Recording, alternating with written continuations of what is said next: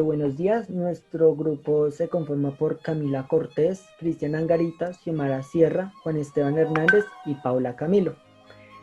Somos del curso 1102 y, y venimos a presentarles la historia, algunos pensamientos, alguna ideología sobre Wittgenstein.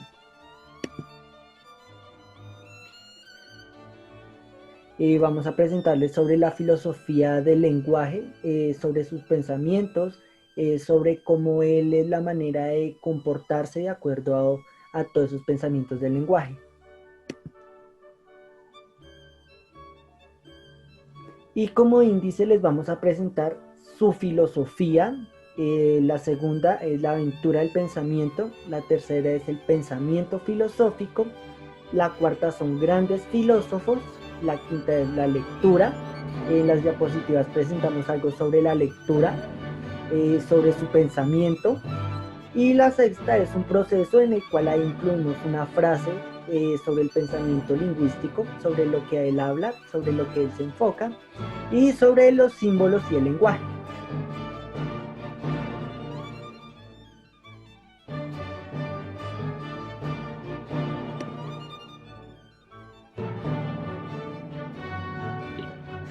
Bueno, yo les voy a hablar sobre la biografía de Ludwig Wittgenstein. Él nació en Viena, Austria, en 1889, era de descendencia judía, fue el hijo pequeño de una acaudalado y altamente educado, por lo tanto era una familia rica. Tuvo 7 hermanos, de los cuales 3 se quitaron la vida, y es por esta razón que frecuentemente era víctima de pensamientos suicidas. Se dice que uno de sus datos curiosos es que estudió en la misma secundaria con Hitler. Sin embargo, pues esto todavía no se sabe con seguridad. Cuando era joven quería estudiar ingeniería. En 1908 diseñó un motor de propulsión junto con la Universidad de Manchester. Este fue muy bueno, se utilizó, sin embargo, siempre se simplificaba por el lenguaje de la comunicación, y es por esta razón que se va a estudiar a la Universidad de Cambridge con Bertrand Russell, que fue su tutor. Cuando su padre muere, él era mucho dinero. Sin embargo, no se da muchos de sus familiares, que pues ya eran ricos, y se va a vivir solo a Noruega. Es allí cuando ya empieza la Primera Guerra Mundial. Él decide presentarse como voluntario para la artillería austriaca, y es por esta razón que en 1918 se convierte prisionero en el campo de Monte Cassino. Durante este tiempo se dice que ya es cuando empieza a redactar su primer libro, que es el Tractatus Logical Philosophicus, que posteriormente va a ser publicado en 1921. Este libro es un libro de ética, en donde lo trata con paradojas y metáforas, en las que también critica lo que es la ética teórica y los filósofos teóricos. Él prefería lo práctico, y es por eso que siempre quiso ser un ingeniero o un obrero. En este libro, en su primer libro, Wittgenstein se centra en la pregunta de cómo los seres humanos pueden arreglárselas para comunicar entre ellos. Él determina que los seres humanos, nuestro lenguaje funciona por medio de imágenes, las cuales demuestran las cosas del mundo, demuestran nuestra realidad. Y esto lo hace cuando él lee un artículo de un periódico, y él se da cuenta que cuando nosotros creamos imágenes mentales es mucho mejor comprender nuestra realidad. Es por esto que él establece una de sus frases más célebres, que las palabras nos permiten hacer imágenes de los hechos. Con esto concluye que el lenguaje falla cuando nosotros no somos capaces de recrear las imágenes correctamente en nuestras mentes. Por lo tanto, digamos, cuando nosotros decimos algo, la otra persona puede estar teniendo una imagen errónea de lo que nosotros queríamos decir. Esto puede pasar por 2 razones. La primera es que no tenemos una imagen clara de lo que queremos decir en nuestra mente, por lo tanto es imposible que logremos comunicarlo. O la segunda es que hay una variedad de significados entre las palabras, que puede variar desde el contexto. Por lo tanto, él nos dice con su libro que debemos aprender a hablar cuidadosamente. Cuando se publica su primer libro, él queda un poco insatisfecho debido a que se hace una introducción de su tutor, su tutor hace la introducción, Russell, y según Wittgenstein, él no entendió el verdadero propósito de su obra, por lo tanto, como que él decía alejarse del mundo académico, y es por eso que vuelve a la arquitectura. Sin embargo, durante este tiempo, él conoce filósofos como lo son Rudolf Kampmann y Frederick Wiseman, y él ya vuelve como a discutir los problemas filosóficos. Se da cuenta que en su primera obra no quedó muy claro lo que era el tema del lenguaje, y es por eso que vuelve en 1929 a Cambridge para terminar su doctorado y pues atender conclusiones sobre el lenguaje y la comunicación. Aquí empieza a escribir su segundo libro, que se llama Las investigaciones filosóficas, en donde admite algunos errores de su vida pasada y desarrolla más teorías acerca del lenguaje.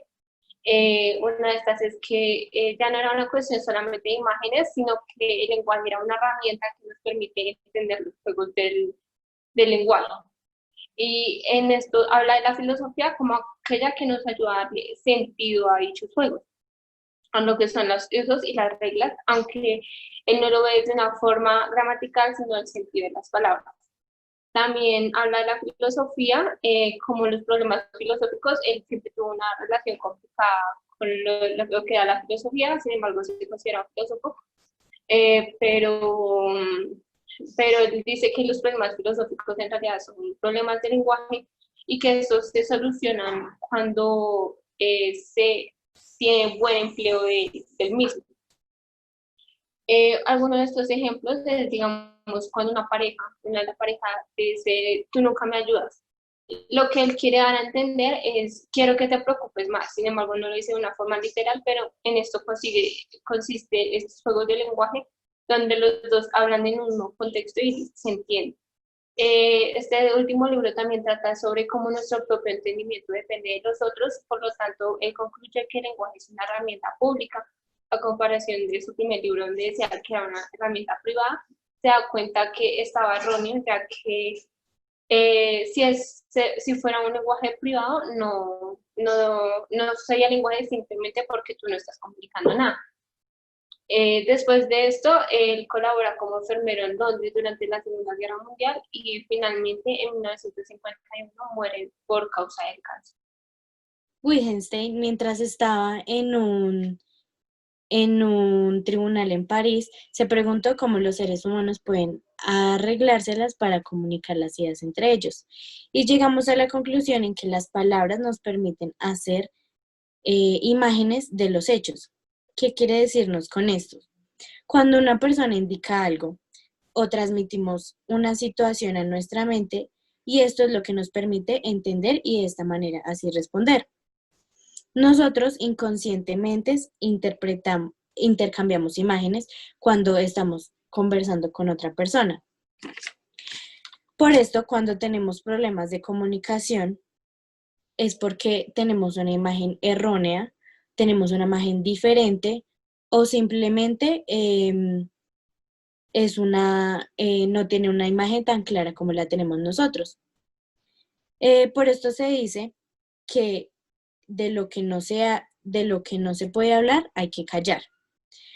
Por ejemplo, cuando hablamos con una persona extranjera o una persona, por ejemplo, trayéndolo al caso más cercano, como el de Colombia, cuando hablamos con una persona de Caldas y le decimos que nos traiga un perico, la imagen que a la persona de Caldas se le va a venir a la cabeza es un huevo, unos huevos revueltos. Mientras que si por lo contrario se lo decimos a una persona de Bogotá que nos traiga un perico, la persona de Bogotá nos va a traer un café con leche, porque esa es la imagen que se le vino a su mente. Por eso la comunicación entre ellos puede fallar. Ya. El Contratus Lógicos Filosóficos es una obra que se realizó en la cárcel. Este filósofo la realizó teniendo en cuenta sus apuntes y todo lo que realizó durante su vida. Lo unió y de ahí salió esta gran obra. Esta es una obra breve, concisa, con muchas reflexiones desde los problemas ontológicos, constitución del mundo, problemas éticos. En cuanto a lo ético, a nuestro lenguaje, trata de decir que tenemos límites y que no todo lo que nosotros creamos o imaginamos o podemos pensar, no lo podemos hablar. Los límites del lenguaje, del habla. También nos indica cómo esto puede llegar a ser algo místico. Bueno, listo. Entonces, él volvió a la arquitectura y se dedicó a realizarle una casa a su hermana en Viena. En 1929 volvió a brindar un conocimiento ya más de conclusiones sobre la filosofía y se basó en el lenguaje y las comunicaciones. Escribió un libro sobre las investigaciones filosóficas que ya más adelante se los explicará mi compañera. Y lo que él pensaba del lenguaje es que son proposiciones gramaticales que representan un estado de cosas, pues las que no son lógicas, obviamente. Y pues digamos que las imágenes no son copia de un hecho, sino de un hecho mismo. Para él la filosofía no es un conocimiento, ya que él dice que los límites de mi lenguaje no son los límites de mi mundo. Y pues por eso comprende el lenguaje como paradigmas, como un conjunto de reglas que es lo que nos delimitan o nos explican qué es lo verdadero y qué es lo falso. El lenguaje se juega con el sentido y pues nos trasciende a sí mismo, que esto pues nos delimita a la realidad. El uso del lenguaje nos inclina o como que nos provoca una sensación de que todo el tiempo estemos generando una idea tras otra idea, tras otra idea, y entre más vamos generalizando idea tras idea, estamos provocando una idea más globalizada.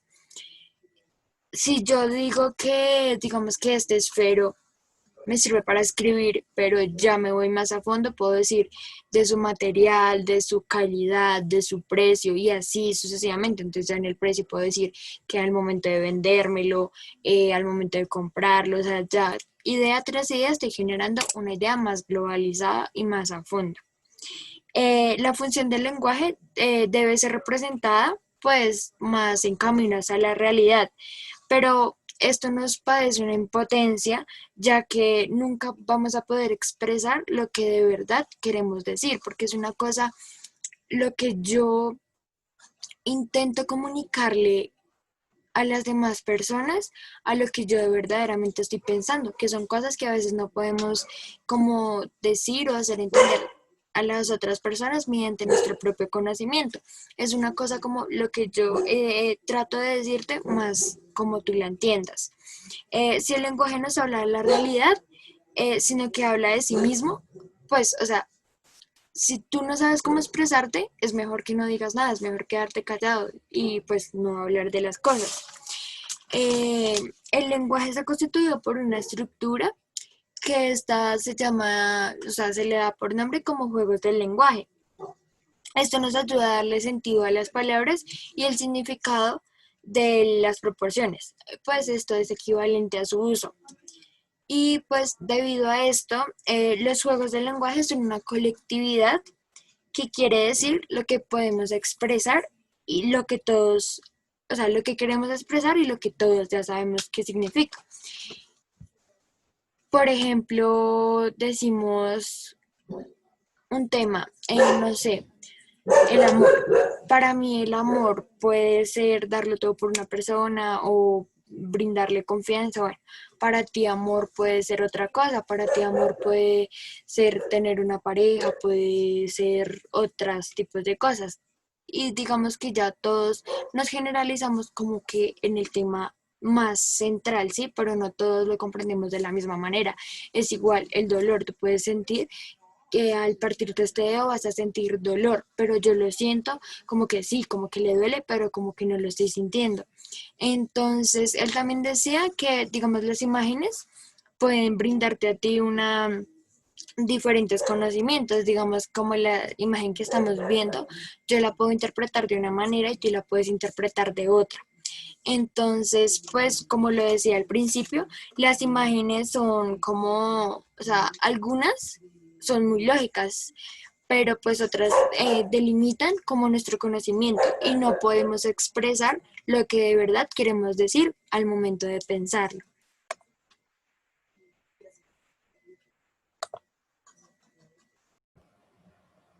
En esta diapositiva voy a hablarles sobre las 6 teorías o las 6 aventuras del pensamiento de Wittgenstein.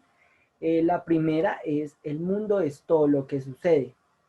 La segunda teoría introduce la noción de hecho subatómico, que se define como una combinación de identidades. Este también lo define él, o ese pensamiento que él tenía sobre esa teoría, es que todo modo que una cosa cualquiera puede ser pensado a partir de los hechos atómicos. Entonces, en esta él ponía el ejemplo de la silla. Entonces, en el video él muestra el ejemplo de la silla, de cómo él refleja esta teoría por medio de una silla. Entonces, él ponía que la silla, solo a partir de los hechos que ella puede ser, como en el que alguien se siente en ella, como en el que alguien pueda pararse encima de la silla. Entonces esto él define que ningún objeto puede estar en fuera de conexión de otro objeto. Entonces de lo que él hablaba era sobre esa persona que se sentaba en la silla, que se podía poner en la silla, o que esa misma silla podía estar al lado de un objeto, de una mesa, de una puerta, etcétera. Entonces así es como él define esta teoría, que todo objeto debe estar en conexión con otro objeto. La tercera es la figura lógica de los hechos. Entonces él lo definía como todo lo que es pensable también es posible. La cuarta es la relación entre pensamiento y lenguaje. Entonces él ponía sobre las cuestiones filosóficas que no son falsas, sino que simplemente carecen de un sentido. De esto él también habla sobre sobre las precisiones dentro del simbolismo lógico. Él había hecho un experimento con un pensador que también había puesto sobre la lógica y el simbolismo, y en el cual lo iban a desarrollar por medio de un edificio lógico, así era como ellos lo habían llamado. La quinta es noción de proposición elemental, y la sexta son funciones de verdad y de las proposiciones. Aquí abajo de la sexta les puse una frase que él tenía sobre las teorías, que él decía que los límites de mi lenguaje significan los límites de mi mundo. Y él también la reflejaba como que los límites del mundo son también los límites de la lógica, con la cual nadie podría ser lógica. El mundo es mi mundo, el lenguaje es comprendido, esencialmente privado. Entonces, lo que ya les había dicho, él explica sobre las teorías, pone ejemplos que hacen sobre teorías del pensamiento y que él cómo puede reflejar ese pensamiento con la lógica y el lenguaje, cómo todo eso se une. Más adelante mis compañeros les explican sobre las teorías del lenguaje, que él también hablaba sobre que una persona puede transmitir una información, un dibujo, un acontecimiento a otra persona. Lo que quiere decir es que si yo estoy hablando de un tema, la otra persona se lo imagina por medio de un dibujo, cualquier cosa. Entonces eso era ese pensamiento y esa lógica y ese lenguaje que tenía Wittgenstein acerca de todas las teorías.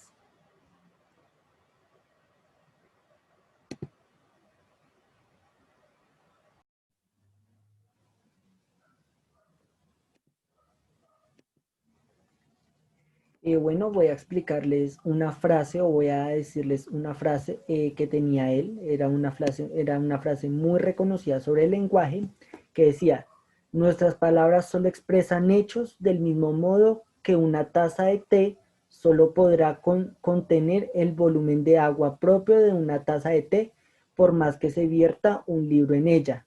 Una gran metáfora que ejemplifica una visión sobre el medio lingüístico.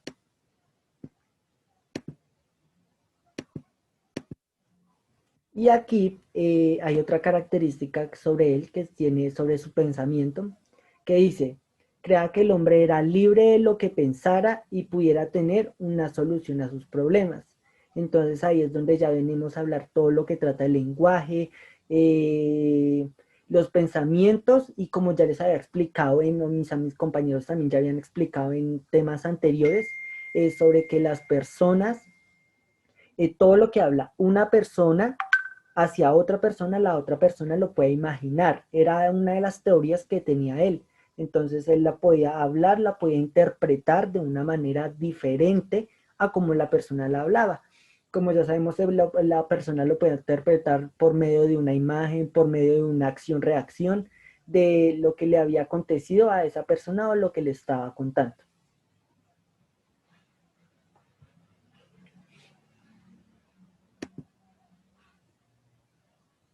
Terreno lógico o lingüístico, no tiene conocimiento alguno. Por eso, él dice, de lo que no se puede hablar, es mejor callar. En pocas palabras, lo que nos quiere decir Wittgenstein con esto es que el lenguaje o lingüística se direcciona hacia el pensamiento de la realidad. La realidad es una lógica que está limitada por el lenguaje.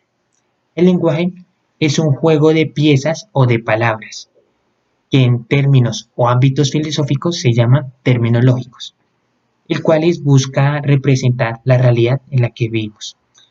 Él dice que si una persona no tiene un pensamiento o conocimiento sobre algo, no puede realizar un lenguaje conciso, lo cual no lo conlleva a hablar sobre la realidad en la que vive. La segunda visión de Wittgenstein proviene de su libro Las investigaciones filosóficas. Este es uno de los libros más importantes de él, ya que en este libro discute numerosos problemas de semántica, de lógica, de la filosofía de las matemáticas y la filosofía de la mente. En una parte de este libro, él menciona su punto de vista sobre las confusiones conceptuales que rodean al uso del lenguaje, ya que esos problemas son causa de la mayoría de los problemas filosóficos.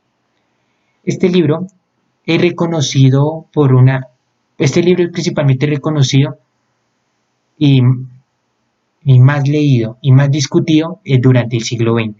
Esto le da este logro, ya que en el Wittgenstein abandona el ideal de un lenguaje perfecto y lógicamente ordenado para dar paso a una visión más clara y convencional del lenguaje, ya que se desarrolla una serie de pensamientos que coinciden en entender el lenguaje como una manera de actuar y de comportarse.